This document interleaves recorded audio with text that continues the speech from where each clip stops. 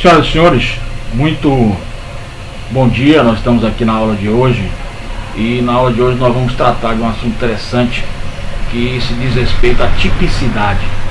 É muito importante que a gente possa estudar de uma vez por todas, entender a tipicidade. Fato típico é uma coisa, tipicidade é outra. Tipo penal é outra. São três coisas diferenciadas que nós temos que estudar.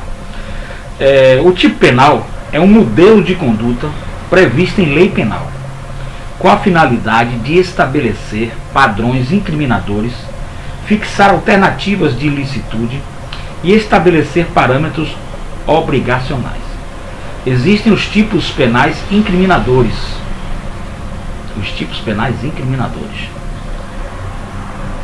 Ou seja, modelos de condutas proibidas, fixando uma pena. Exemplo, artigo 171 do Código Penal, que trata do estelionato, que tem a função de delimitar o que é penalmente ilícito e o que é penalmente irrelevante. Enquanto o tipo permissivo estabelece um modelo de conduta permitida, artigo 25 do Código Penal, são as excludentes da antijuridicidade. Uma delas, a legítima defesa, como pode ter o estado de necessidade, o estrito cumprimento do dever legal e o estado regular de direito, o exercício regular de direito. O tipo derivado fixa um modelo de conduta obrigatória, voltada ao campo, por exemplo, da omissão penalmente relevante, artigo 13, parágrafo 2º do Código Penal, que nos diz que, artigo 13, parágrafo 2º, a omissão é penalmente relevante quando o omitente devia e podia agir para evitar o resultado. O dever de agir incumbe a quem? A. Tenha por lei a obrigação de cuidado, proteção ou vigilância. B. De outra forma assumiu a responsabilidade de impedir o resultado. C. Com o seu comportamento anterior criou o risco da ocorrência do resultado. Então a pessoa que tinha obrigação por lei de cuidado, proteção e vigilância, de outra forma assume a responsabilidade de impedir o resultado. Ou com o seu comportamento anterior criou o risco da ocorrência do resultado. Então tenha por obrigação o dever de cuidado, proteção e vigilância. Não é verdade? Então, por exemplo, nós temos aquele que é o salva-vidas. Ele passa a ter essa responsabilização. Nós temos também, no primeiro caso. No segundo caso, é uma pessoa que tem a obrigação de cuidar de idoso. E por fim, nós temos a pessoa que risca um fósforo no cinema provocando um incêndio. Então, com o seu comportamento anterior, criou o risco da ocorrência do resultado. Então não pode se omitir, ela tem que resolver o problema que ela criou. Certinho? Então nós temos aí a legítima defesa como exemplo, o artigo 25. Entende-se em legítima defesa quem, usando moderadamente dos meios necessários, repele injusta agressão atual ou iminente a direito seu ou de outrem. E a relação de causalidade, nós já sabemos, o artigo 13, o resultado de que depende a existência do crime. Somente é imputável quem deu causa. Considera-se causa a omissão, a ação ou omissão, sem a qual o resultado não teria ocorrido. Entende-se por tipicidade, importante que se veja isso, a justa posição entre o fato real e o modelo da conduta proibida. Notem que na tipicidade se fala no modelo amplo. A tipicidade pode ter um sentido amplo. E aí nós vamos estudar também a tipicidade conglobante. Se A mata B, como fato da vida, deve encaixar-se com perfeição o tipo. Certo? Evidentemente, na tipicidade, nós vamos ver uma questão ampla. Por exemplo, se existe causas excludentes diante de juridicidade, se existe uma outra norma permissiva daquele ato, que possa permitir aquele ato, uma outra norma no ordenamento jurídico que venha a confrontar com essa norma, certo? Porque na realidade nós temos que respeitar a unicidade do sistema jurídico brasileiro pátrio. O fato típico é a conduta humana ligada por nexo causal ao resultado e devidamente adequada ao modelo penal incriminador. Então já o fato típico é diferente do tipo penal. O tipo penal descreve a conduta. O fato típico é a conduta humana que está ligada ao nexo causal ou resultado e devidamente adequada ao modelo penal incriminador. E a tipicidade, ela tem um aspecto maior, ela entra no campo da proibição, no campo da ilicitude. E quando for uma tipicidade, como o Zaffaroni nos fala, que nós nos vê conglobante, o seu alcance, inclusive, é maior do que o atual. O exemplo, desferir tiros, né? O exemplo clássico, desferir tiros, nexo causal, mais o nexo causal, mais a morte da vítima, mais a adequação típica, igual a fato típico. Estrutura do tipo incriminador. O tipo penal vem estruturado da seguinte forma: título ou nome iuris é a rúbrica dada pelo legislador ao delito. Ao lado do tipo penal incriminador, o legislador confere à conduta e ao evento produzido um nome. Então, o título ou nome iuris, ou seja, nome jurídico, ele vem uma conduta que se faz um resumo e dá um nome, se dá um rótulo, uma rotulação. Por exemplo, o crime de homicídio se dá a rotulação matar alguém. Está no artigo 121.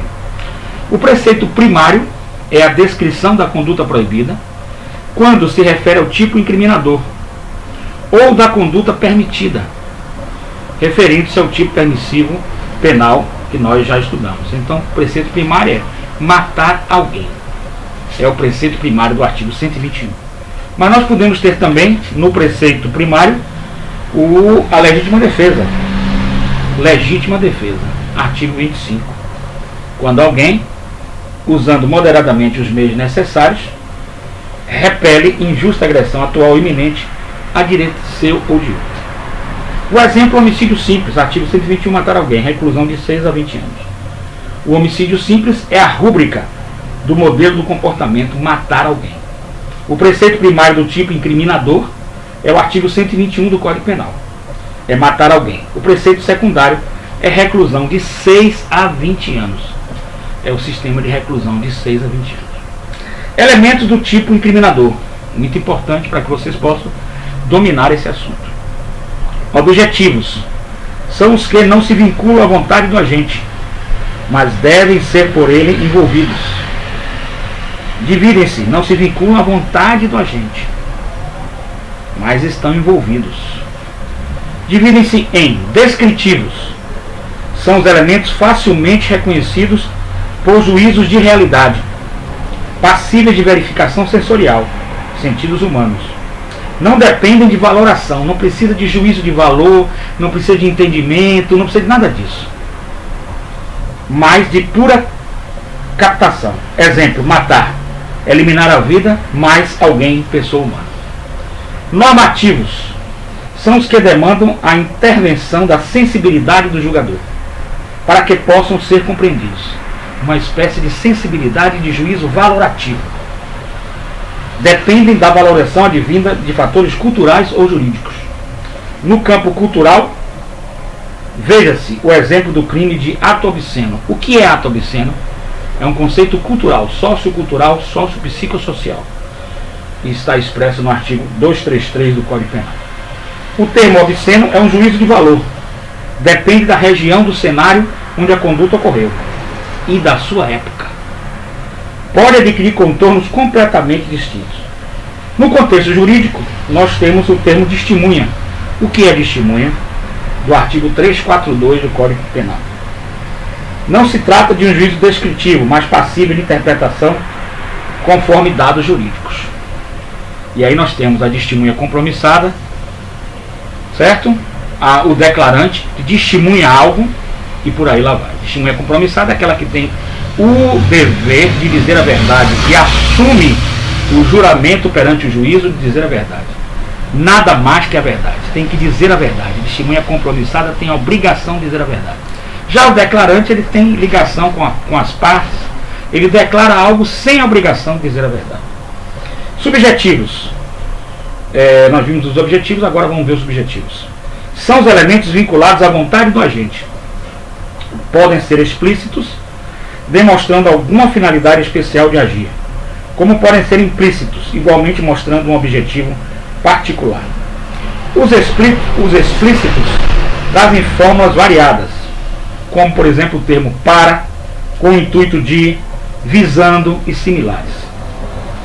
Com o intuito de, o que significa? É algo subjetivo, é algo que vincula a vontade do agente. Os implícitos são apontados pela doutrina e pela jurisprudência como particular ânimo de ferir e humilhar, por exemplo no caso de crimes de calúnia, injúria e difamação, existente nos crimes contra a honra, por exemplo. O animus injuriandi, velo, difamandi, do latim. Na ótica finalista, nós temos o dolo e a culpa, já estudados por todos nós, como elemento subjetivo do crime, integram um tipo penal, também independente dos elementos específicos explícitos ou implícitos, certo? Aí nós temos aí, para fazer um mapa mental, tipo incriminador, faço um mapa mental do lado esquerdo, tipo incriminador, modelo de conduta proibida. Do lado esquerdo você faz isso, tipo incriminador, tipo penal incriminador, do lado esquerdo da sua mente, ou do seu caderno, como você quiser. Abaixo desse tipo penal incriminador, com a setinha, você coloca modelo de conduta proibida. Do outro lado, agora já do lado direito, do lado oposto, você faz o artigo 121 do Código Penal. Matar alguém, reclusão de 6 a 20 anos. Certo? Do lado esquerdo, tipo penal incriminador, com uma setinha, modelo de conduta proibida. Do lado esquerdo. Para o lado direito, você vem com o artigo 121, matar alguém, reclusão de 6 a 20 anos. Abaixo, outro mapa mental, muito importante para que vocês possam realmente entender essa matéria. Tipicidade, uma setinha. Adequação ao fato típico. Adequação ao fato típico, do lado esquerdo. Tipicidade, uma setinha, adequação ao fato típico. Do outro lado, do lado direito, vocês vão colocar matar alguém. Matar alguém. A desfere facadas em B, matando-o. A desfere facadas em B, matando-o. Aí nós temos essa linha correspondente.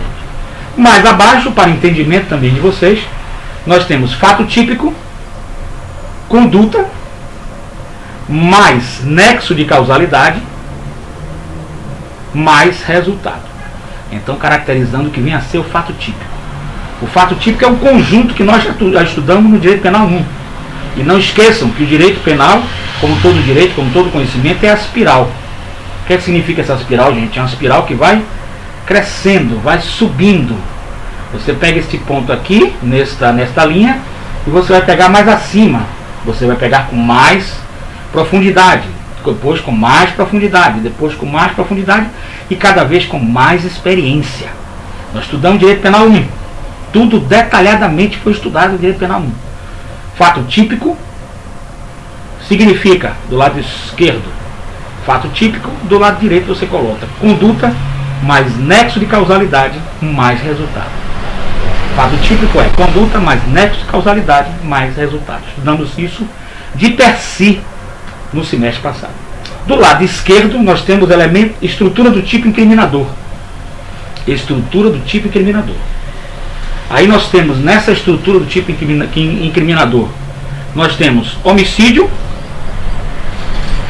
do lado esquerdo, estrutura do tipo incriminador. Do lado direito nós temos homicídio igual a título ou rúbrica. Ainda do lado esquerdo, não precisa modificar, estrutura do tipo incriminador. Do lado direito, artigo 121, matar alguém igual a preceito primário. Lado esquerdo de novo, estrutura do tipo incriminador. Reclusão de 6 a 20 anos, igual a preceito secundário ou sancionador.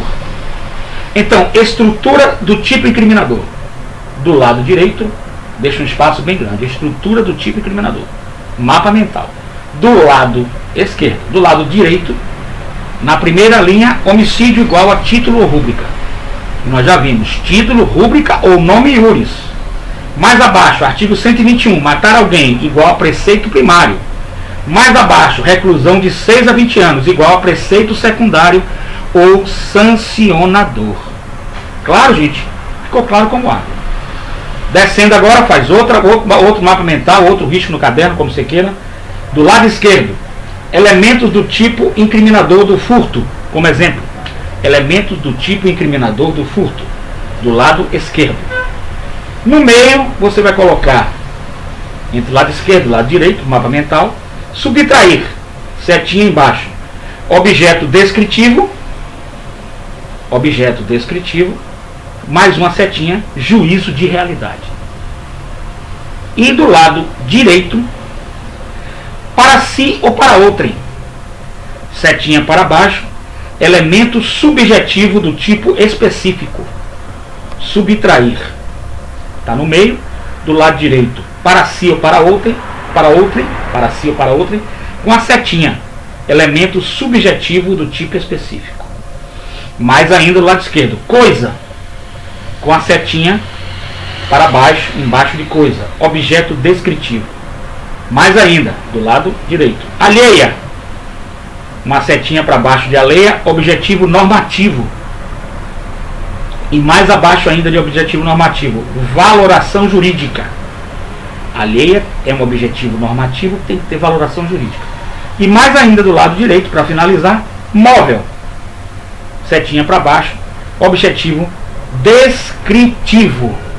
Objetivo descritivo. Então esses pontos precisam ser estudados para que tenhamos uma base do que vem a ser esse grande estudo, que é um dos estudos mais importantes, talvez um dos núcleos mais importantes do direito penal, que significa o estudo da tipicidade. Tipicidade como valor amplo, fato típico, que nós já estudamos, e o tipo penal, incriminador, permissivo ou o derivado, que nós acabamos de estudar, certo? Ou o tipo devido, também, que nós acabamos de estudar. Então nós estamos aqui, dentro desse contexto, estudando o assunto que é de muita relevância, que é de muita importância, que se chama tipicidade. Tipicidade é o que nós estamos estudando nesse tempo. Eu gostaria que vocês ouvissem esse vídeo e fizessem um pequeno fichamento do vídeo, um pequeno resumo do que vocês entenderam desse vídeo, para que vocês possam cada vez mais fixar esta mensagem que lhe é passada. Muito obrigado pela atenção, que vocês fiquem com Deus e até a próxima aula, se Deus quiser. Professor Martinez, meu WhatsApp é 71991030089. WhatsApp 71991030089. Muito obrigado pela atenção, até a próxima, se Deus quiser.